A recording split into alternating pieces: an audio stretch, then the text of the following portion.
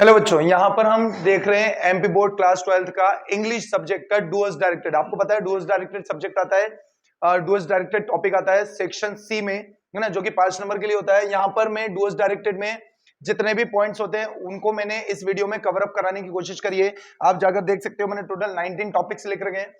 मैं चैलेंज के साथ बोल सकता हूं कि जिस बच्चे ने यहाँ पर 19 पॉइंट ये पूरे तैयार कर लिए अच्छे से, इन 19 में से कोई भी 5 टॉपिक्स बोर्ड एग्जाम में आपसे पूछे जाएंगे।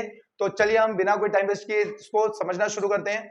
सबसे पहले मैंने यहाँ पे जो 4 टॉपिक लिए हैं, पहला लिया है नॉट ओनली बट ऑल्सो, जिसका हिंदी अर्थ होता है यदि नहीं बल्कि यह भी, यही नहीं बल्कि यह भी। दूसरा टॉपिक है बोथ एंड, जिसका हिंदी अर्थ होता है दोनों ही। तीसरा टॉपिक दे रखा है एदर और, जिसका हिंदी अर्थ होता है या तो ये या तो वो। और चौथा होता है नेदर नॉर, जिसका हिंदी अर्थ होता है ना तो ये ना तो वो। सबसे पहले तो हम ये देखते हैं कि इन चारों का यूज कैसे करेंगे। इन चारों का यूज करने के लिए हम इधर देख सकते हैं, हमें एक एग्जाम में टॉपिक आया, क्वेश्चन आया। क्वेश्चन है आई will eat samosa, I will ईट पोहा। इस तरह से क्वेश्चन आ गया। अब इस क्वेश्चन को हमें कंबाइन करना है इन चारों सेंटेंस के थ्रू। जैसे पहला पूछ सकता है वो नॉट ओनली बट ऑल्सो का यूज करो, या तो वो आपसे कह सकता है कि इस दो सेंटेंस जो आपको क्वेश्चन में दे रखा है आई will eat samosa I will ईट पोहा, इसमें आप बोथ एंड का यूज करो। या तो वो आपसे कह सकता है कि आई will eat samosa I will ईट पोहा, इसके अंदर आप एदर और का यूज करो, या तो वो इसमें नेदर नॉर का यूज करने के लिए कह सकता है। तो हम ये देख रहे हैं कि ये जो क्वेश्चन में हमें जो टॉपिक दे रखा है, इन दोनों सेंटेंसेस में जो वर्ड कॉमन है, जैसे हम यहाँ पर देख सकते हैं कि दोनों सेंटेंस में आई विल ईट ये वर्ड कॉमन है, तो इस कॉमन वर्ड को हम एक बार लिख देंगे। और जाकर हम देख सकते हैं कि समोसा और पोहा ये दोनों डिफरेंट वर्ड है, तो इन डिफरेंट वर्ड को हम इस तरह से दूर दूर लिख लेंगे। आपने देखा मैंने पहले कॉमन वर्ड लिखा और फिर डिफरेंट वर्ड को थोड़ा दूर दूर लिखा और बीच में मैंने गैप दे रखी है। अब देखना ये कि हमें यूज क्या करना है। अगर वो हमसे नॉट ओनली बट ऑल्सो का यूज करने के लिए कहता है तो हम यहाँ पर लिख देंगे नॉट ओनली और यहाँ पर लिख देंगे बट ऑल्सो। तो इसका अर्थ क्या हो जाएगा? इसका अर्थ हो जाएगा कि मैं ना तो केवल समोसा खाऊंगा बल्कि पोहा भी खाऊंगा। मैं ना सिर्फ समोसा खाऊंगा बल्कि पोहा भी खाऊंगा। अगर यहां पर इसी सेंटेंस में अगर वो हमें बोथ एंड का यूज करने के लिए कह दे तो हम यहां पर लिखेंगे बोथ और यहां पर लिखेंगे एंड। तो इसका हिंदी अर्थ जो बनेगा वो बनेगा I will eat both samosa and poha, मैं दोनों ही चीजें खाऊंगा, समोसा और पोहा। अगर मान लीजिए वो थर्ड चीज यूज करने के लिए कहता है एदर और, तो हम यहां पर लिख देंगे एदर और यहां लिख देंगे और। तो इसका हिंदी अनुवाद जो बनेगा वो बनेगा I will eat either samosa और पोहा, या तो मैं समोसा खाऊंगा या तो मैं पोहा खाऊंगा। और अगर मान लीजिए वो आपसे इन तीनों ही चीजों को नहीं पूछता है, वो एग्जाम में नेदर नॉर दे देता है, तो आपका सेम प्रोसेस वही रहेगा, कॉमन वर्ड एक तरफ और डिफरेंट डिफरेंट वर्ड अलग अलग। और यहां पर आप लिख देंगे नेदर और इस तरफ लिख देंगे नॉर। तो यहां पर आपका वर्ड बनेगा I will eat neither samosa nor poha. यहाँ इसका हिंदी अनुवाद हुआ ना तो मैं समोसा खाऊंगा ना तो मैं पोहा खाऊंगा। आई होप सो कि आपको समझ में आया होगा। इसी तरह से एक अनदर एग्जांपल लेते हैं। क्वेश्चन आया एग्जाम में माय मदर कुक्स टी, मेरी माँ चाय बनाती है, और माय मदर कुक्स कॉफी, मेरी माँ कॉफी बनाती है। कैसे करोगे? अभी आपको बताया कि जो कॉमन वर्ड है दोनों सेंटेंस में, उन कॉमन वर्ड को एक बार लिख लेंगे और जो डिफरेंट डिफरेंट वर्ड है उनको थोड़ा दूर दूर लिख लेंगे, और जहां पर बीच में गैप जगह बच रही है वहां पर उस चीज का यूज करेंगे जहां पर उसने यूज करने के लिए कहा है। उम्मीद करता हूं समझ में आया होगा। चलिए अब हम बढ़ते हैं 5th और 6th टॉपिक की तरफ। 5th नंबर पे टॉपिक दे रखा है सो दैट, जिसका हिंदी अनुवाद होता है इतना की, और अगला टॉपिक होता है टू, जिसका हिंदी अनुवाद भी होता है कितना की। चलिए उसको समझना शुरू कर ले रखे हैं। पहला एग्जांपल मैंने लिया है he is very weak he can not pass, वो इतना कमजोर है कि पास नहीं हो सकता। अगला एग्जांपल लिया है he is very weak he can not lift the heavy box, he can not lift the heavy box, वो इतना कमजोर है कि भारी बॉक्स नहीं उठा सकता। अगला एग्जांपल लिखा है आई एम वेरी टायर्ड, मैं बहुत थक गया हूं, I can not work any more, मैं अब ज्यादा काम नहीं कर सकता। कैसे यूज करेंगे? चलिए हम पहले यूज करना शुरू करते हैं सो दैट से और टू से, दोनों को एक साथ देखेंगे। अच्छा, पहले आप इस क्वेश्चन पूछे गए क्वेश्चन का फॉर्मेट को समझने की कोशिश करें। पहले फॉर्मेट में पहले सेंटेंस में वेरी दे रखा है। पहले सेंटेंस में क्या दे रखा है? आप देखो हर एग्जांपल में पहले सेंटेंस में वेरी दे रखा है कि नहीं? अच्छा, एक चीज तो नोटिस हो गई कि वेरी मिला हुआ है। दूसरी चीज नोटिस हो रही है कि सेकंड चीज में आपको नॉट तक के वर्ड 3 वर्ड आ रहे हैं। He can not, he can, यहां पर भी second word he can not और यहां पर भी आई कैन नॉट। मतलब कुल मिलाकर सेकंड जो सेंटेंस है वो नेगेटिव है। सेकंड सेंटेंस क्या है? वो ऐसा नहीं कर सकता, वो ऐसा नहीं कर सकता, मैं ऐसा नहीं कर सकता। समझ में आया? तो नेगेटिव में आपको नॉट तक जाना है। चलिए स्टार्ट करते हैं हम सो दैट से कि सो दैट का यूज कैसे करेंगे। तो सो दैट का यूज करेंगे, पहले तो आप ही इज और वेरी जो दे रखा है, वेरी को हटाकर आप लगाएंगे सो, वेरी को हटाकर क्या लगाएंगे? सो, और फिर लिखेंगे वीक। तो ही इज वेरी वीक की जगह हो जाएगा ही इज सो वीक, और वहीं पर आपको जैसे ही आपका सेंटेंस खत्म हुआ आप लगाएंगे दैट। पहला सेंटेंस खत्म होने के बाद क्या लगाएंगे दैट, और फिर जो नीचे सेकंड सेंटेंस है वो नीचे से हटाकर आपको दैट के ठीक पीछे लिखना है he can not pass, he can not pass. समझ में आया? He can not pass. तो यहां पर हमने क्या करा, हमने यहाँ पर वेरी को हटाकर रिप्लेस कर दिया सो से, वेरी की जगह सो, और फिर हमने सेंटेंस खत्म होने के बाद दैट लगाया, और दैट लगाने के बाद में नीचे का जो सेकंड सेंटेंस है उसको हमने ऐसे कैसे पीछे लिख दिया। तो ये हो गया हमारा he is so weak that he can not pass. इसी तरह से वापस से देखें इसमें कैसे यूज करेंगे, तो यहां लिखेंगे he is so weak, he is so weak, और सेंटेंस खत्म हो जाने के बाद फिर लगाएंगे दैट, और दैट लगाने के बाद सेकंड सेंटेंस लिखेंगे he can not lift, he can not lift heavy box, he can not lift heavy box. समझ में आया? इसी तरह से हम थर्ड सेंटेंस को ट्राई करेंगे, I am so tired, I am so tired, मैं बहुत थक चुका हूं, मैं इतना थक चुका हूं कि, दैट लगाएंगे कि, दैट का मतलब होता है कि I can not work any more, I can not work any more. किसी ने कुछ पूछा था? उम्मीद करता हूं आपको सो दैट का यूज करना समझ में आया होगा। इसी तरह से अब हम अगला टॉपिक देखेंगे टू। ये कोई अलग नहीं है, इसका भी सेम उसी तरह से यूज होता है, लेकिन इसमें थोड़ी सी एक बात का ध्यान रखने वाली चीज है ना, ध्यान रखना है। सेकंड सेंटेंस को नोटिस करो, इसमें नेगेटिव है। सेकंड सेंटेंस क्या है? नेगेटिव। और नेगेटिव तक का हिस्सा, नेगेटिव तक का हिस्सा यहां तक आ रहा है कि नहीं? नेगेटिव तक का हिस्सा यहां तक आ रहा है, और नेगेटिव तक का हिस्सा यहां तक आ रहा है, देख रहे हो आप? तो नेगेटिव तक का हिस्सा आपको सेकंड सेंटेंस में यहां तक दिख रहा है, दिख रहा है नहीं? अगर हमें वो कहेगा कि टू यूज करना है, क्या यूज करना है? तो जहां पर हमने सो लगाया था वहां पर हम लगाएंगे टू। समझ में आया? और फिर वी कैसे कैसे आ जाएगा, और फिर जहां पर हमने दैट लगाया था वहां पर लगाएंगे टू, और फिर ये जो नेगेटिव पोर्शन है ये हट जाएगा और डायरेक्ट आ जाएगा पास। क्या आ जाएगा? पास। समझ में आया? तो क्या हो जाएगा? He is too weak to pass, he is too weak to. अगले क्वेश्चन को ट्राई करें, क्या होगा? ही इज सो के जगह हो जाएगा टू, और फिर हो जाएगा वीक, और फिर दैट की जगह हो जाएगा टू, और फिर नेगेटिव पोर्शन कट जाएगा पूरा और आ जाएगा lift heavy box, lift heavy box. तो क्या बनेगा इसका? He is too weak to lift heavy box. He is too lift heavy box. अगले क्वेश्चन को ट्राई करें, I am too tired. I am too tired to, फिर यहाँ पे हो जाएगा टू, फिर नेगेटिव वर्ड कट जाएंगे, डायरेक्ट आ जाएगा वर्क एनीमोर, वर्क एनीमोर। समझ में आया? जरा सा भी डाउट रह गया हो उन्हें हम एक अगला एक अनदर एग्जांपल लेकर समझाने वाले हैं। आप जाकर देखें सेंटेंस क्या मिला हुआ है। सेंटेंस मिला हुआ है he is very poor, he can not by car, he can not by car. वह बहुत गरीब है, वह कार नहीं खरीद सकता। इसमें बोर्ड एग्जाम में कुछ भी पूछा जा सकता है, सो दैट भी पूछा जा सकता है, टू भी पूछा जा सकता है। अगर हमें सो दैट यूज करना हो, अगर हमें सो दैट यूज करना हो तो कैसे यूज करेंगे? इसको यूज करेंगे हम वेरी की जगह पर लगाएंगे सो, तो बन जाएगा ही इज, क्या बनेगा? So poor, he is so poor. फिर सेंटेंस खत्म हो जाने के बाद लगाएंगे दैट, और फिर हमारा अगला सेंटेंस सेम बेसिक वैसे आ जाएगा, he can not by car, he can not by car. समझ में आया? लेकिन अगर बोर्ड एग्जाम में ये नहीं आता, बोर्ड एग्जाम में टू आ जाता है, तो हम सेम वही यूज करेंगे कि टू कैसे यूज करना है। तो ही इज सो के जगह पे आपको लगाना है टू, फिर आ जाएगा पुअर, और फिर इस दैट की जगह लगाना है टू, और यहां से ये नेगेटिव पोर्शन कट जाएगा और केवल आ जाएगा बाय कार। उम्मीद करता हूं समझ में आया होगा। यहां पर हम आते हैं हमारे 7 टॉपिक पे, कंबाइन विद, जिसमें आपको दिख रहा है सो दैट, जिसका हिंदी अर्थ होता है ताकि, एज जिसका हिंदी अर्थ होता है क्योंकि, बट जिसका हिंदी अर्थ होता है लेकिन, एंड का हिंदी अर्थ होता है और का अर्थ होता है अन्यथा, अदरवाइज का हिंदी अर्थ होता है नहीं तो। अगर इन सारे टॉपिक में से अगर कोई सा भी टॉपिक अगर आपको कंबाइन करने के लिए आ जाए, आप किस तरह से करेंगे आप देख सकते हैं बोर्ड पे।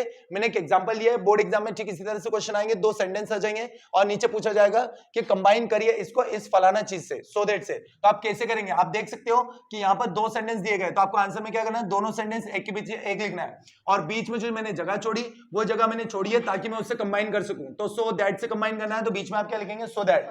और आप पहली जगह पर पहला सेंटेंस लिखेंगे he works a lot, he works, और सेकंड जगह सेकंड सेंटेंस लिखेंगे he may fulfil all the dreams, he may fulfil all the dreams. कुछ समझ में आया?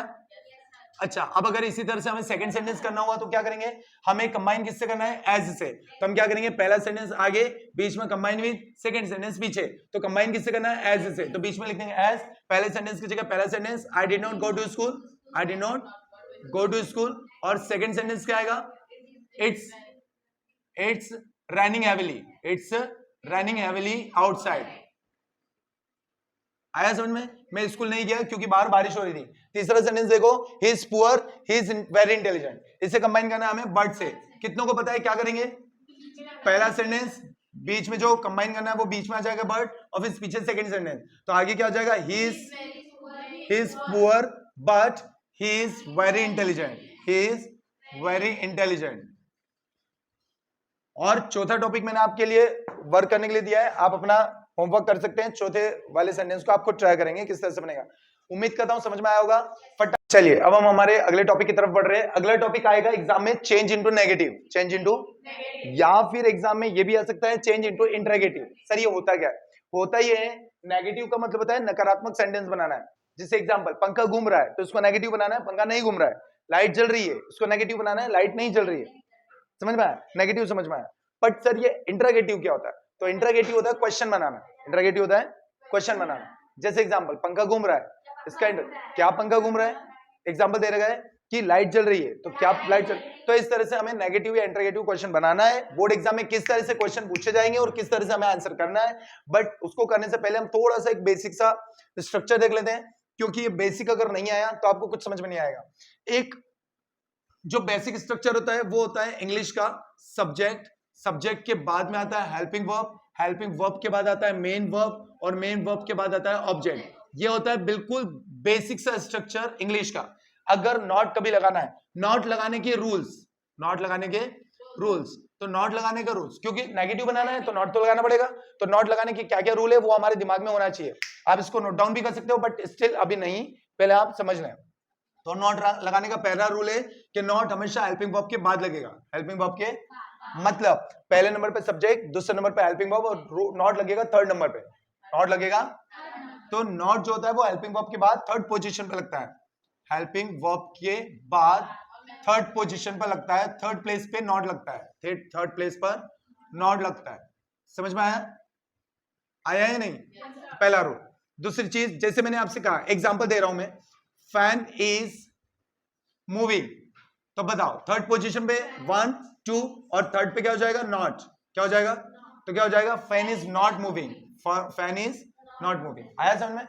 एक और एग्जांपल, जैसे मैंने लिखा I am teaching, I am teaching, तो यहां पर अगर आपको थर्ड प्लेस पे नॉट लगाना है तो फर्स्ट प्लेस ये रहा, सेकंड प्लेस ये रहा, थर्ड प्लेस पे क्या हो जाएगा? नॉट। तो क्या हो जाएगा? I am not teaching. ये क्या बन गया? नेगेटिव। बट अगर आपको लग रहा है कि इतना आसान बोर्ड एग्जाम में पूछा जाता, नहीं, बोर्ड एग्जाम में थोड़ा हाई लेवल पे पूछा जाता है, किस तरह से वो थोड़ा समझे क्या रूल है। सेकेंड चीज, अगर एग्जाम में कभी आ जाए, जैसे आ जाए डिड, तो आप डिड का नॉट बनाओगे तो बनेगा डिडंट डू। क्या बनेगा? Didn't do. डिड का बनेगा डिडंट डू। एक आएगा डज, क्या आएगा? तो डज का आपको बनाना है डजंट डू। क्या बनाना है? और एक आएगा डू, क्या आएगा? तो डू का आपको बनाना है डोंट डू। क्या बनाना है? ये किस जगह यूज होंगे उसको अभी मैं आगे कवर करूंगा। तो फिलहाल आपको अभी के लिए इतना जान लेना बहुत जरूरी है कि अगर एग्जाम में डिड आ जाए तो आप लिखेंगे डिडंट डू, अगर एग्जाम में डज आ जाए तो आप लिखेंगे डजंट डू, और अगर एग्जाम में डू आ जाए तो आप लिखेंगे डोंट डू।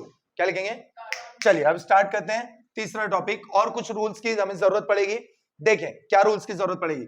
अगर कभी आता है एस, क्या आता है? तो आप लिखेंगे डजंट। क्या लिखेंगे? डजंट। अगर आता है डी, क्या आता है? तो आप लिखेंगे डिडंट। क्या लिखेंगे? डिडंट। समझे? अगर एस आ रहा है तो आप लिखेंगे डजंट, अगर आ रहा है डी तो आप लिखेंगे डिडंट। क्या लिखेंगे? डिडंट। एस और डी दोनों ही ना हुआ तो आपको लिखना है डोंट। क्या लिखना है? डोंट। कब? जब एस और डी दोनों ही ना हो। चलिए वापस से देखते हैं रूल नंबर 1 कि जब नॉट हमेशा थर्ड प्लेस पे लगता है, किसके बाद लगता है? हेल्पिंग वर्ब के बाद में, हेल्पिंग वर्ब के बाद में। दूसरा रूल, डिड आएगा तो डिडंट डू, डज आएगा डोंट डू, डजंट डू, और डू आएगा डोंट डू। अगला रूल, एस आएगा डजंट, डी आएगा डिडंट, और एस और डी दोनों ही नहीं है तो डोंट। चलिए अब आप इसको लिख लीजिएगा, है ना, स्क्रीनशॉट ले लीजिएगा। मैं आपको ये टॉपिक कवर कराने वाला हूं कि अगर डीड आएगा तो हमें उसे डिडंट डू लिखना है, डज आएगा डजंट डू लिखेंगे, डू आएगा डोंट डू लिखेंगे। लेकिन आपको ये नहीं समझ में आया होगा कि सर एस आएगा तो डजंट कैसे लिखेंगे, वो थोड़ा बता। अगर एग्जांपल में आ गया, एग्जाम में आ गया प्लेज, क्या आ गया? प्ले। आप आखिरी में नोट करो क्या आ रहा है? एस। तो आप लिखेंगे डजंट प्ले, डजंट। अब यहाँ पर प्लेज लिखा है बट यहाँ पे आपको प्ले लिखना है। आप ऐसा ना सोचें कि इधर प्लेस है तो इधर भी प्लेस लिख लें, आपने उस एस को हटाना है, उस एस को हटाकर आगे डजन लगाना है, तो क्या हो जाएगा डजन प्ले, क्या हो जाएगा। लेकिन अगर मान लीजिए अगर प्लेड आ गया, क्या आ गया, नोटिस करो आखिर में क्या आ रहा है, डी, क्या आ रहा है, तो डी आ रहा है, तो प्लेड की जगह आएगा डिडंट प्ले, क्या आएगा। लेकिन अगर एग्जाम में ना तो प्लेज आया ना प्लेड आया, केवल प्ले आ गया, क्या आ गया, तो यहाँ पर भी डोंट प्ले, क्या बनेगा, समझ में आया। यहाँ पे हमने कुछ एग्जांपल लिए हैं, इन सारे एग्जांपल्स को हमें नेगेटिव बनाना है, लेकिन बट उससे पहले अभी मैंने आपको कुछ समय पहले जो रूल्स बताया था वो रूल्स पता होना चाहिए। मैंने आपको रूल्स बताया था कि अगर पीछे कहीं एस दिख रहा है तो आप डजंट ले लेंगे, क्या ले लेंगे, डजंट। अगर पीछे कहीं डी दिख रहा है तो आप डिडंट ले लेंगे, और कहीं पर अगर आपको एस और डी कुछ नहीं दिख रहा है तो आप डोंट लेंगे, क्या लेंगे। चलिए स्टार्ट करते हैं। सबसे पहले देखें यहाँ पर सेकंड चीज में हेल्पिंग फॉर्म में आपको एस दिख रहा है, क्या दिख रहा है, तो आप टीचर्स को लिख लेंगे डजंट टीच, क्या लिख लेंगे, डजंट टीच। अब यहाँ पर आपको एस नहीं लगाना क्योंकि यहाँ का एस हट जाएगा, डजंट टीच। अच्छा आगे का टीचर वैसे ही रहेगा, तो टीचर डजंट टीच अस ऐसे ही रहेगा और इंग्लिश ऐसे रहेगा, समझ में आया। हाँ अरे भैया एस है ना, एस है तो डजंट आएगा, एस तो क्या आएगा, डजंट टीच। अच्छा अब देखिए यहाँ पर डी आ रहा है, क्या आ रहा है, तो डी की वजह से क्या आएगा, डिडंट, तो यहाँ पर कुक्ड में हो जाएगा डिडंट कुक, क्या हो जाएगा, डिडंट कुक, क्या हो जाएगा। लेकिन आगे जो रमेश है वो वैसा ही रहेगा, और इधर जो पराठा दे रखा है वो ऐसे ही रहेगा। अब बताओ समझ में आया, वापस से देखें। अब यहाँ पर आप जाकर देखो, ना तो ऐसे और ना तो डी, ना तो ऐसे ना तो क्या बनेगा, डोंट राइट, क्या बनेगा, डोंट राइट, क्या बनेगा। अच्छा अब आई जो है वो ऐसे ही रहेगा और लेटर ऐसे ही रहेगा। कितने बच्चों को समझ में आया। अब जाकर देखो यहाँ पर एस है, क्या है, एस, तो एस में क्या बनेगा, doesn't right, doesn't invite, doesn't invite, doesn't invite, आया समझ में। अच्छा बाकी सारे सेंटेंस अपनी अपनी जगह पर मत लिखो, थोड़ा समझ लो। ही, और यहाँ पर मी इन बर्थडे पार्टी। अगला दे रखा है रीड्स, क्या दे रखा है, बताओ कितना समझ में आया, डजंट रीड, डजंट रीड। अब रीड्स नहीं आएगा, ओनली रीड, और यहाँ पर रमेश अपनी जगह पर वैसे ही आएगा, और इधर न्यूज़पेपर वैसे ही आएगा, आया समझ में। और अगला यू कॉल मी, यू, ना तो एस है ना तो डी है, तो यू डोंट कॉल मी, यहाँ पर कॉल का हो जाएगा डोंट कॉल, कॉल का हो जाएगा, तो यहाँ पे क्या हो जाएगा, you don't call me, you don't call मी। उम्मीद करता हूँ आपको ये रूल से आपको समझ में आया होगा। अब मान लीजिए कि अब इंटरोगेटिव नेगेटिव बनाने के लिए नहीं पूछा गया है, अब एग्जाम में पूछा गया इंटरोगेटिव बनाइए, क्या बनाइए, तो सर इंटरोगेटिव कैसे बनाएंगे, बिल्कुल वही रूल लगेंगे। मैंने आपको क्या बताया था, एस रहेगा तो क्या लगेगा, डज, डी रहेगा तो क्या लगेगा, डिड, और अगर एस और डी कुछ नहीं रहा तो हम क्या लगाएंगे, डोंट, क्या रहेगा, डोंट। चलिए स्टार्ट करते हैं। तो आप बताएं यहाँ पर क्या लगा है, डी। अच्छा यहाँ पर सबसे पहले एस लगा है, क्या लगा है, तो एस का क्या करना है, डज, क्या करना है, देखेंगे मैं क्या कर रहा हूँ, यहाँ से एस हटा रहा हूँ, हाँ। और सबको ऐसे कैसे अपने अपनी जगह, एक सेकेंड, हाँ सबको अपनी जगह पर वैसे की वैसी लिखा, मैंने लिखा वैसी। अब बताओ मैंने क्या हटाया, केवल एस हटाया, क्या हटाया, एस हटाकर उसको डज बनाकर आगे लिख देंगे, हो गया खत्म। एस को हटाकर डज आगे लगाना, तो इंटरोगेटिव बन गया, क्या बन गया, वापस समझे। डी अगर दिख गया तो डी से क्या बनाएंगे, डिड, तो अभी फिलहाल यहाँ से डी हटाना है, और डी हटाना है और डिड का लगाना है आगे, लेकिन उससे पहले बाकी के सारे वर्ड्स को अपनी अपनी जगह पर वैसे ही लिखना है। तो रमेश कुक पराठा, लेकिन आगे की तरफ क्या लग जाएगा, डिड, क्या लग जाएगा, और पीछे लगेगा क्वेश्चन मार्क, क्या लगेगा, क्वेश्चन मार्क। अब बताएं समझ में आया। लेकिन अगर यहाँ पर राइट आ गया, ना तो एस है और ना तो डी है, तो आगे क्या लगेगा, डू, क्या लगेगा, और बाकी सब अपनी जगह वैसे रहेंगे, आई, राइट और लेटर, समझ में आया। पीछे लगेगा क्वेश्चन मार्क। अगला यहाँ पर एस है तो एस हटेगा और आगे लगेगा डज, क्या लगेगा, और बाकी सब अपनी जगह पर ऐसे आएंगे, क्या बनेगा, ही इनवाइट। अब यहाँ पर इनवाइट से नहीं लेना, invite me in British birthday party. अगला यहाँ पर देखेगा एस, एस का बन जाएगा डज, और यहाँ पर रमेश अपनी जगह पर आएगा, Ramesh read newspaper, Ramesh read newspaper, पीछे लगेगा क्वेश्चन मार्क। अगला यू कॉल मी, तो ना तो एस है ना तो डी है, तो आगे लगेगा डू, तो यहाँ पर जाएगा do you call me, do you call मी, और पीछे लग जाएगा क्वेश्चन मार्क। उम्मीद करता हूँ आपको नेगेटिव और इंटरोगेटिव दोनों बनाने आए होंगे। तो एक रूल और बताया था कि अगर डू आ गया, डज आ गया, तो हम लेंगे डजंट डू, डज का क्या आएगा, डजंट डू। एक बताया था डिड आया, तो डिड का आएगा डिडंट डू, क्या आएगा, और अगर मान लो सर डज और डिड कुछ नहीं आया, डू आ गया, तो आप लिखेंगे डोंट डू। क्या लिखेंगे? चलिए इसको आप पढ़ लो, क्योंकि अगले रूल इसी से आएंगे। कुछ इस तरह से क्वेश्चन आएंगे, इनका नेगेटिव बनाना है। क्या बनाना है सर? क्या करूं, इनका नेगेटिव कैसे बनाऊं? तो इसका नेगेटिव बनाते वक्त आपको इस चीज का ध्यान रखना है, घर से हट करके जाना है। डज आएगा तो डजंट डू, डीड आएगा तो डिडंट डू, और डू आएगा तो डोंट डू। क्या करेंगे? डज आएगा तो डजंट डू, डज आएगा तो क्या बनेगा? डजंट, और क्या बनेगा? डू। और बाकी के सब लोग अपनी अपनी जगह पर वैसे ही रहेंगे, तो क्या बनेगा? Rajesh doesn't do his duty. बताया, समझ में आया? अब यहाँ पर डज है, तो क्या आएगा? डज का डजंट डू, क्या आएगा?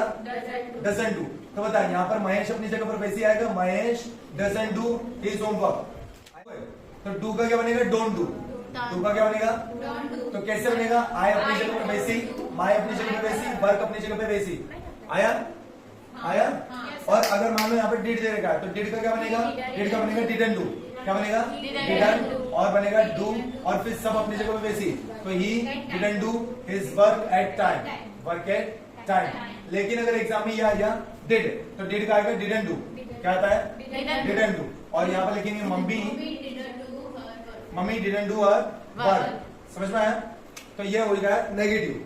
क्या बनाना है? तो सिंपल डज को क्या लिखेंगे? Doesn't do. डिड को क्या लिखेंगे? Didn't do. और डू का क्या लिखेंगे? Don't do. हमको जहां जहां पर जो जो वर्ड दिख रहा है हमने वो लिखते गए, बाकी सब अपनी अपनी जगह पे वैसे लिखा। लेकिन अगर क्या होगा कि अगर हमें इंटरोगेटिव बनाना, क्या बनाना है?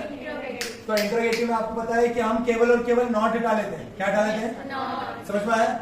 इंटरोगेटिव में क्या हटा लेते हैं? तो बताओ, डज का डज डू, डिड का डिड डू, और डू का डू डू।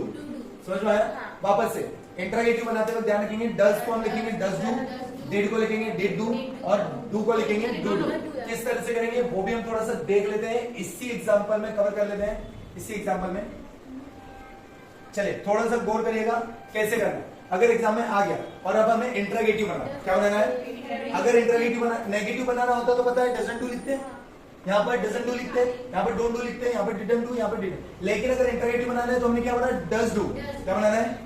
तो ये वाला जो डज है वो आ गया जाएगा, और यहाँ पर डू आ जाएगा। क्या जाएगा? बाकी सब अपनी अपनी जगह पे वैसे ही रहेंगे। तो क्या बनेगा? Rajesh does Rajesh do his duty. समझ में आया? और पीछे क्या आ जाएगा? Question mark. क्या जाएगा? वापस समझे। अब अगर मान लो डज है तो डज डू आएगा, तो बताओ एक डज तो आगे चल जाएगा और वहीं पर डू आ जाएगा, तो बाकी सब अपने अपनी जगह पे वैसे ही रहेंगे। तो क्या बनेगा? Does Mahesh his do his homework, do his. कितने को पता है ये कैसे करेंगे? तो यहाँ पर डू है, तो डू है तो क्या बनेगा? Do do.